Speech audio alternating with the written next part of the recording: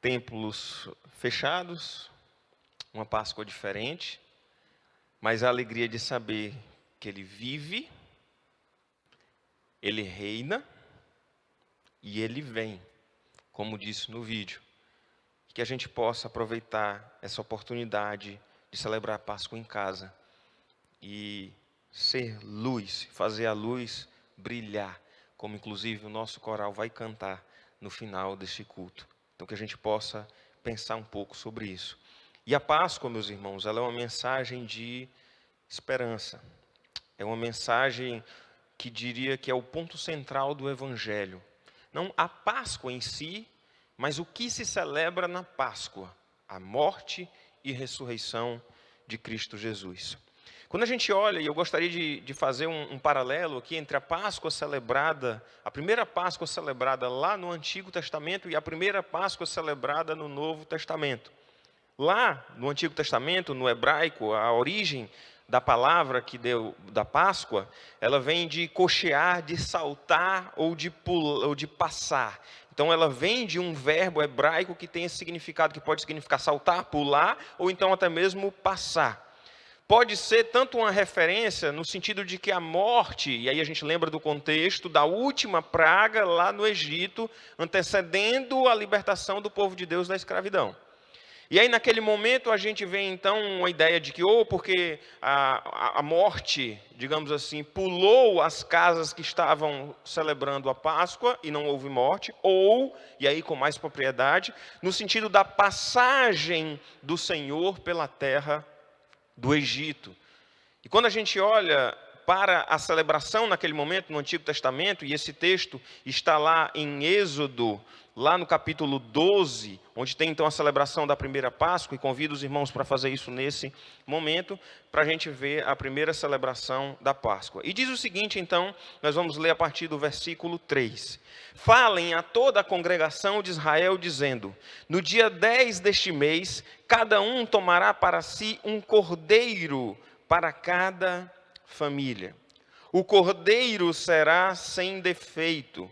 Isso está no versículo 5. Macho de 1 ano, podendo também ser um cabrito. Então perceba, lá no versículo 3 diz que então cada um tomará para si um cordeiro, segundo a casa, um cordeiro para cada família. No versículo 5 fala que o cordeiro será sem defeito.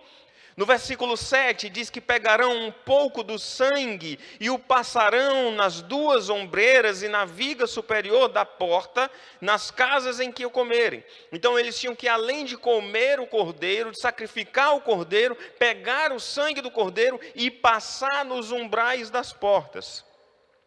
No versículo 8 diz então que comerão naquela noite a carne assada no fogo, com pães sem fermento e ervas amargas. E no versículo 11 dizia assim, que vocês devem comê-lo, é assim que vocês devem comê-lo, já prontos para viajar, com as sandálias nos pés e o cajado na mão, comam depressa, é a Páscoa do Senhor, porque naquela noite passarei pela terra do Egito, e matarei na terra do Egito todos os primogênitos, tanto das pessoas como dos animais, e executarei juízo sobre todos os deuses do Egito, eu sou o Senhor.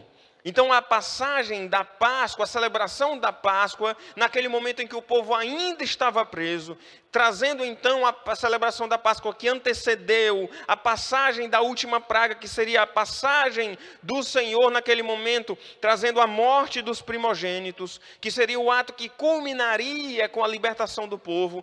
Ele diz então que o povo já deveria celebrar a Páscoa pronto para a viagem, já com sandália no pé, já com o cajado na mão, comendo depressa, como quem diz, após isso, vocês sairão. E o povo, em obediência, ia celebrar a Páscoa assim, pronto para seguir viagem. Faraó ainda não tinha determinado a libertação do povo do Egito, mas o povo de Deus sabia que se Deus havia determinado que assim seria, eles sabiam, e em ato de fé, celebrariam então com roupas e prontos para a viagem, porque eles sabiam que depois daquele momento, eles iriam seguir viagem pelo deserto. E disse lá no versículo 13 que o sangue será um sinal para indicar as casas em que vocês se encontram. Quando eu vir o sangue, passarei por vocês e não haverá entre vocês praga destruidora quando eu ferir a terra do Egito. E aqui antes de falar lá do Novo Testamento, mas não dá para a gente olhar para essas coisas e não pensar no grau de similaridade com algumas coisas. Primeiro, a questão do sacrifício do cordeiro. Segundo, o sangue servindo, então, como um sinal de que a casa, então, marcada pelo sangue do cordeiro, naquela casa não haveria morte, não haveria a praga destruidora. E no versículo 14, então, diz: e esse dia ele será por memorial, e vocês o celebrarão como festa ao Senhor de geração em geração. Vocês celebrarão esse dia por estatuto perpétuo. E a gente volta os nossos olhos, então, pensando sobre todas essas coisas, uma celebração que significava a libertação do Egito. Uma celebração que significava a passagem do Senhor pela terra trazendo a praga. Uma celebração que trazia um cordeiro sendo imolado. E o sangue do cordeiro servindo como um memorial, servindo como um sinal de que aquela família não enfrentaria a praga, não teria a morte. E lá no 1 Coríntios 5,7, você não precisa acompanhar essa leitura desse texto, você vai ver que o apóstolo Paulo ele vai chamar Cristo de nosso cordeiro pascal que foi sacrificado. O apóstolo Paulo ele vai apresentar o Cristo como sendo o novo cordeiro sem defeito. E agora a gente volta os nossos olhos para o Novo Testamento. Lá em Lucas, no capítulo 22, a partir do versículo 7.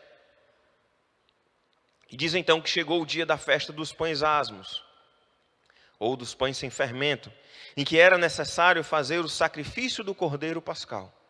Chegou o momento da Páscoa, como os judeus que eram, Jesus convoca então os seus discípulos para que eles pudessem celebrar a Páscoa. Vão preparar a Páscoa. Lá no versículo 8 diz: então Jesus enviou Pedro e João dizendo: vão e preparem a Páscoa para que a comamos. Então o Senhor Jesus Cristo disse: eu tenho que celebrar a Páscoa, eu tenho muita alegria, a gente vai ver até isso daqui a pouco, eu estava ansioso por celebrar essa Páscoa com vocês, porque como bom judeu ele sabia que era aquele momento, e além disso, ele sabia que para nós, povo de Deus, aquele seria o último momento em que se celebraria a morte de um cordeiro animal. Fisicamente falando, de um animal macho sem defeito, que tinha que ser repetido aquilo todos os anos, mas que a partir daquele momento, dando novo significado aos elementos da sua ceia de Páscoa, Jesus vai trazer então a celebração da ceia como algo muito especial naquele contexto, se apresentando então como o novo cordeiro que foi sacrificado, o novo cordeiro sem defeito. E agora não é mais uma questão de defeito físico, porque quando você escolhia um cordeiro para oferecer em sacrifício na Páscoa e derramar o seu sangue, você olhava se fisicamente ele tinha algum defeito, se fisicamente ele tinha alguma mancha, algo que pudesse complicar. Mas quando a gente olha para o nosso cordeiro sem defeito, Cristo que morreu na cruz para nos salvar, nós estamos falando de alguém, de um cordeiro sem defeito, no sentido de não ter pecado algum, nenhuma falha, nenhum defeito, simplesmente o sacrifício perfeito. Mas vamos seguir no texto. No versículo 14, diz então que chegada a hora, Jesus se pôs à mesa e os apóstolos estavam com ele. Então Jesus lhe disse: eu tenho desejado ansiosamente comer esta Páscoa, o cordeiro, com vocês, antes do meu sofrimento. E é muito precioso a gente olhar que Jesus Cristo sabia o que ele haveria de enfrentar. Em vários momentos a gente vê isso. Na oração, logo depois, no Getsemane, a gente vê Jesus Cristo ali chegando a suar gotas de sangue por causa do sofrimento que ele haveria de passar. E ele fala então, antes do meu sofrimento, e eu sempre digo que eu imagino que os discípulos nessas horas que Jesus falava disso, eles parecem que não entendiam muito bem, eles deveriam ficar tremendamente confusos com o que Jesus estava falando. E Jesus Cristo está aqui falando que ele haveria de sofrer, e que ele estava muito feliz de celebrar aquela Páscoa, entendendo inclusive, ansioso por celebrar aquela Páscoa, sabendo que era chegado o momento de não mais se celebrar uma Páscoa com um cordeiro animal, mas que o próprio Cordeiro de Deus, que tira o pecado do mundo, veio até a terra, passou por aqui e pôde então derramar o seu precioso sangue por nós. E aí no versículo 16 diz: pois eu lhe digo que nunca mais a comerei, a Páscoa, daquele jeito. Aquela Páscoa, com cordeiro fisicamente falando, com cordeiro, animal morto. Nunca mais comerei até que ela se cumpra no reino de Deus. E ela iria se cumprir logo mais no reino de Deus. Ela iria se cumprir na medida em que o próprio sacrifício perfeito seria feito daqui a pouco por Cristo Jesus. E lá no versículo 19 vem aquele trecho em que Jesus Cristo vai, que a gente chama de que foi instituída a ceia do Senhor, porque a gente não celebra a ceia, o pão e o cálice, somente de ano em ano, quando a gente vai celebrar a Páscoa. Tradicionalmente, a maioria das igrejas batistas celebram a ceia no primeiro domingo do mês, mas isso não tem regra. Ah, pastor, a gente está durante a quarentena, está isolado em casa, a gente nem pode celebrar a ceia. O que vai ser de nós sem celebrar o pão e o cálice? A mesma coisa, porque a ceia é memorial. Como bons batistas, nós cremos que a ceia é memorial, não o ato de deixar de celebrar a ceia por um impedimento de congregação aqui fisicamente, de estar junto, não vai trazer nenhum malefício espiritual para a gente, porque a gente não acredita que a ceia é um sacramento, é apenas um elemento espiritual, um elemento simbólico que a gente celebra. Mas naquele momento, ele vai ali, então os irmãos, inclusive, nem se preocupem de estar, que seja 2 meses, o que for o tempo necessário sem celebrar a ceia, ninguém vai passar mal ou morrer por causa disso. E assim que a gente voltar a se congregar, a gente celebra a ceia de novo. E diz assim, então: pegando o pão, versículo 19, tendo dado graças, o partiu e lhe disse, dizendo: isto é o meu corpo que é dado por vocês, façam isto em memória de mim. Do mesmo modo, depois da ceia, pegou o cálice, dizendo: este cálice é a nova aliança no meu sangue derramado por vocês. É impressionante, meus irmãos, que ele mesmo, não foi só o apóstolo Paulo que chamou Jesus Cristo do nosso Cordeiro Pascal, não foi apenas o João Batista que chamou o Cordeiro de Deus que tira o pecado do mundo, não são apenas isso, mas o próprio Jesus Cristo, na hora em que ele está celebrando a Páscoa com seus discípulos, ele poderia pegar qualquer um dos elementos, e ele pega então 2 elementos daquela ceia. Ele não pega o cordeiro, porque o cordeiro é o próprio Cristo, e ele pega então o pão, e pega então o cálice, e traz um novo significado para 2 elementos da ceia, dizendo: este é o meu corpo, e este é o meu sangue, derramado em favor de nós. Na velha Páscoa, o cordeiro sem defeito está morto. Morreu e ficou morto. No outro ano tinha que arrumar outro cordeiro. Na nova Páscoa, o cordeiro sem defeito, perfeito, foi morto, mas ressuscitou. Está vivo. Seu sangue foi derramado, e o sangue de Jesus, seu Filho, como diz 1 João 1,7, nos purifica de todo o pecado. Mas não é mais uma questão simplesmente de um sacrifício de um animal, de um livramento da morte temporário, mas a gente lembrar que aqueles que são marcados pelo sangue do Cordeiro, eles têm o livramento da morte não temporal, mas eterna. Aquelas pessoas lá no Egito que naquele momento tiveram um livramento de morte, que naquele momento tiveram livramento no sentido da hora que passou o anjo do Senhor pela terra, eles não morreram porque estavam com o sangue do Cordeiro imolado nas portas das suas casas, mas depois eles morreram, caminhando pelo deserto, enfrentando outras questões. Quase todos que saíram do Egito, tirando criança, morreram ao longo da caminhada no deserto. Mas nós estamos falando do novo Cordeiro, do novo sangue derramado. E ninguém precisa aspergir sangue pela casa, ninguém precisa matar um animal, porque Jesus Cristo ofereceu o sacrifício perfeito que nos purifica de todo o pecado. E a consequência, porque a gente sabe que o salário do pecado é a morte, mas o dom gratuito de Deus em Cristo Jesus é a vida eterna. Então, quando a gente olha para essa circunstância lá do passado, a gente lembra que na nova Páscoa não é apenas um livramento temporário da morte, passageiro, mas é o livramento da morte eterna. A palavra de Deus nos diz que agora, lá em Romanos 8:1, nenhuma condenação há para os que estão em Cristo Jesus. É maravilhoso a gente saber que nós não somos condenados à morte, que o salário sim do pecado é a morte, mas o sangue do Cordeiro me purifica de todo o pecado. O sangue imolado do Cordeiro lá no Egito era só um sinal de que Ali não teria morte naquele momento. O sangue de Jesus derramado na cruz do Calvário nos traz a alegria e a convicção de que nós não passaremos pela morte. E aí é bom deixar muito claro que nós estamos falando da ausência da morte física. Não é disso que a gente está falando. Nós não passaremos pela morte espiritual. A morte física, sim, se nós estivermos aqui nessa terra, enquanto estivermos com esse corpo corruptível, a gente vai passar pela morte física, a não ser que Jesus Cristo volte antes da nossa morte, mas nós passaremos pela morte física.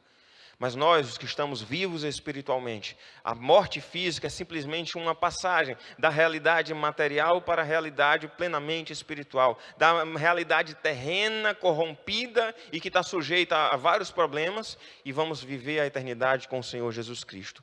Porque o nosso Cordeiro, ele não está morto. E lá em 1 Coríntios, no capítulo 15, a partir do versículo 3, a palavra do Senhor diz o seguinte: porque primeiramente vos entreguei o que também recebi. É muito importante a gente lembrar desse texto. Que Cristo morreu por nossos pecados segundo as Escrituras. Jesus Cristo morreu pelos nossos pecados segundo as Escrituras. Era necessário que o sacrifício perfeito fosse feito. O sacrifício de Cristo, ele vem para nos lembrar que nós temos a necessidade, que o pecado ele tem uma consequência gravíssima, que um alto preço precisaria ser pago pelo pecado, e ele foi pago por Cristo Jesus. Versículo 4 então diz que ele foi sepultado, morreu e foi sepultado, mas que foi ressuscitado ao terceiro dia, segundo as Escrituras. Não é mais agora uma questão meramente de, ele está morto, ele morreu e foi enterrado e consumado está e acabou-se tudo. Não, a história da nossa Páscoa não passa simplesmente pela morte do Cordeiro, pelo sangue do Cordeiro derramado. A história da nossa Páscoa, ela passa pelo Cordeiro que está vivo, pelo Cordeiro que ressuscitou ao terceiro dia. E aí o texto de 1 Coríntios, ele vai continuar mencionando, para deixar claro a questão, e naquela época ainda havia essas pessoas para poder testemunhar. Ele diz que apareceu a Pedro, a Cefas, e depois aos 12, depois apareceu a mais de 500 irmãos de uma vez, dos quais vive ainda a maior parte, mas alguns já dormiram, já morreram. Depois apareceu a Tiago, e então a todos os apóstolos. Naquela época em que o texto de 1 Coríntios foi escrito, a gente ainda tinha muitas testemunhas oculares da vinda, da morte e da ressurreição de Cristo. Porque às vezes a gente lê o relato e talvez a gente fique pensando, mas será que Jesus Cristo apareceu só para aquelas mulheres? A gente passa rápido a leitura e pensa assim, será que Jesus Cristo apareceu só para os 12? Será que esses caras não inventaram essa história? E a gente vê o apóstolo Paulo citando que ele apareceu a mais de 500 irmãos de uma vez, e dos quais a maioria ainda vivia naquele tempo. Então nós não estamos falando, Jesus Cristo não morreu, simplesmente ressuscitou, apareceu para meia dúzia de pessoas e sumiu. Não. Passou um tempo aqui na terra, apareceu para muitas pessoas, e muitos, no sentido, na época que foi escrito, ainda estavam vivas. Meus irmãos, nós não servimos a um Deus morto. Nós não seguimos um Deus morto. Nós não adoramos um Deus morto. Porque Jesus Cristo, o nosso Cordeiro Pascal, que foi imolado, que morreu, que derramou o seu sangue para que nós pudéssemos ter vida, ele não está morto. A palavra de Deus nos diz, e Jesus Cristo nos ensinou, que eis que estou convosco todos os dias, até a consumação dos séculos. Por mais estranho que seja o momento, por mais diferente que seja, talvez você aí na sua casa e pensando, puxa, um domingo de manhã desse a gente estava lá na igreja, todo mundo feliz, celebrando a ressurreição de Cristo. Que a gente possa fazer desse momento, um momento de lembrar que sim, o Senhor Jesus Cristo morreu. Isso é alergia, tá, irmãos? Não se preocupem não. O Senhor Jesus Cristo morreu, o Senhor Jesus Cristo ressuscitou, ele não está morto. E que nesse momento, nesse domingo de Páscoa, a gente possa lembrar a razão pela qual nós estamos todos os domingos, tirando a pandemia, tirando o isolamento social, essa é a razão pela qual nós estamos todos os domingos reunidos na casa do Senhor, louvando o seu nome. Por causa de um domingo como esse, um domingo de Páscoa, em que Ele venceu a morte e ressuscitou. E a alegria que nós temos de ter e de saber que o nosso Cordeiro ressuscitou, que o Deus a quem servimos, Cristo ressuscitou, que Ele não está morto, que Ele está conosco todos os dias da nossa vida e que Ele voltará para nos buscar. Que viveremos com Ele por toda a eternidade. A vitória de Cristo sobre a morte, e é por isso que Ele diz, olha, no mundo tereis aflições, mas tenha bom ânimo, eu venci. E às vezes tem gente que acha assim, olha, no mundo a gente vai ter aflição, então tenha um bom ânimo, porque Ele venceu e com Ele nós somos mais do que vencedores e a gente vai vencer tudo que se colocar diante de nós aqui na terra. Não. Mas isso quer dizer que Ele venceu a morte. Com Ele e nele, nós também vencemos a morte. E por causa disso, nós viveremos a eternidade com Ele lá na glória, porque o sangue do Cordeiro, o sangue de Jesus nos purifica de todo o pecado. Todos os nossos pecados foram perdoados em Cristo Jesus. Até aquele pecado que o irmão ainda vai cometer essa semana, com raiva da mulher, isolamento social, quarentena, o estresse, vai ter um desentendimento dele. Espero que não aconteça, tá bom? Mas só imaginando que pode acontecer, até esse também está perdoado em Cristo Jesus, porque Ele apagou, Ele lavou, Ele simplesmente, todos os nossos pecados foram eliminados em Cristo Jesus. E o fato de saber dessa esperança, de saber que para onde nós iremos, a gente sabe que no mundo a gente vai passar por aflição, mas a gente sabe que o final dessa história nós conhecemos, nós viveremos com Ele por toda a eternidade. Ele voltará para nos buscar. Ele nos disse que na casa do meu Pai há muitas moradas. Isso nos dá a perspectiva de olhar para o futuro e saber o que vai acontecer conosco lá no final. Mas isso também, no texto que nós lemos lá, de que eu estou convosco todos os dias à consumação dos séculos, nos faz lembrar também que Ele vive, que Ele reina, e que Ele está conosco em todos os momentos. Que o nosso Deus, Ele não perde o controle das circunstâncias. Ele está conosco em todos os momentos e nós não temos que temer pandemia, nós não temos que temer crise econômica, ou seja lá o que for. Ah, pastor, o senhor está dizendo para a gente ser irresponsável, então vamos sair aí pegando nas maçanetas tudinho no meio da rua que a gente encontrar e passando a mão na cara? Não. Eu estou dizendo que Ele está conosco. A gente adoecendo ou não. Eu tenho pessoas queridas, conhecidas que adoeceram, talvez você também tenha. Talvez essas pessoas vençam a doença e estejam por aqui durante muito tempo conosco. Outras talvez venham a falecer, infelizmente para a gente. Mas servos do Senhor não tem o que temer, porque se a Covid-19 nos pegar e a gente morrer, a gente sabe que o que nos espera lá na glória é infinitamente melhor do que o que nós vivemos aqui nessa terra. Com relação à questão econômica, não sei o que vai acontecer e tudo mais, a minha empresa pode... Pronto, meu irmão, pode. Mas a gente tem que lembrar que a gente não depende financeiramente das coisas. A gente depende do Senhor em todas as coisas. Que Ele nos dê sabedoria para administrar os nossos bens, o recurso que a gente tem. Sabedoria para buscar meios de conseguir as coisas, sim. A gente precisa de sabedoria.